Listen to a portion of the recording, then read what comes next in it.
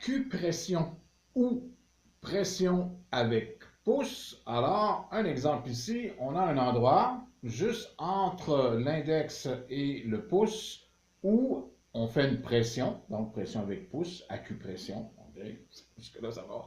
La simple pression, ça peut être bon pour la sédation de la douleur. On peut rajouter dispersion et non pas stimulation pour la douleur, là, parce que vous n'aimerez pas ça, mais on peut rajouter la dispersion, donc les fameux mouvements au niveau contraire des aiguilles d'une montre, donc dans le sens contraire des aiguilles d'une montre, et ne pas oublier de faire les deux côtés pour la sédation des douleurs, douleurs dans le sens général.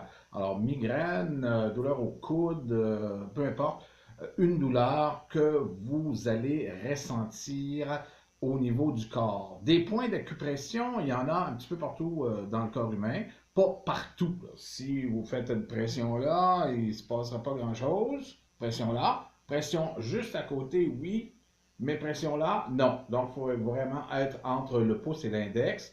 Et pour être sûr, Internet est chargé de chartes de points d'acupression, parce que sinon, là, si tu fais des pressions à un endroit qu'il ne faut pas, tu vas trouver que l'acupression, ça ne vaut pas l'acu. Bon, mais il ne faut pas. Il faut suivre les bons points. Vois-tu? Il y a aussi quelques points uniques. La grande majorité des points, tout est en double dans le corps humain au niveau énergétique, sauf quelques points, comme par exemple le yin-tang. Le yin-tang, c'est un point plus difficile à faire soi-même que moi je faisais à mon fils quand il avait 1 an pour s'endormir. Donc c'est la sédation contre l'insomnie, yin-tang, ou encore troisième œil, donc immédiatement ici, c'est le yin-tang. On peut faire ça comme ça là, dans le miroir. Dors, ah ouais, dors. Mais ça marche un petit peu moins. Mais vous pouvez le faire à vos enfants, par exemple. Succès garanti.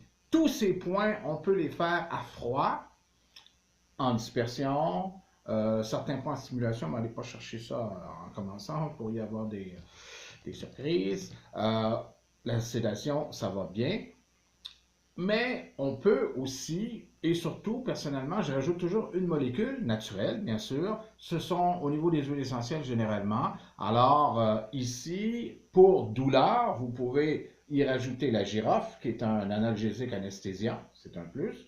Et ici, pour insomnie, un sédatif nerveux, la lavande étant le plus connu et le plus reconnu. Et voilà, c'est ce qui complète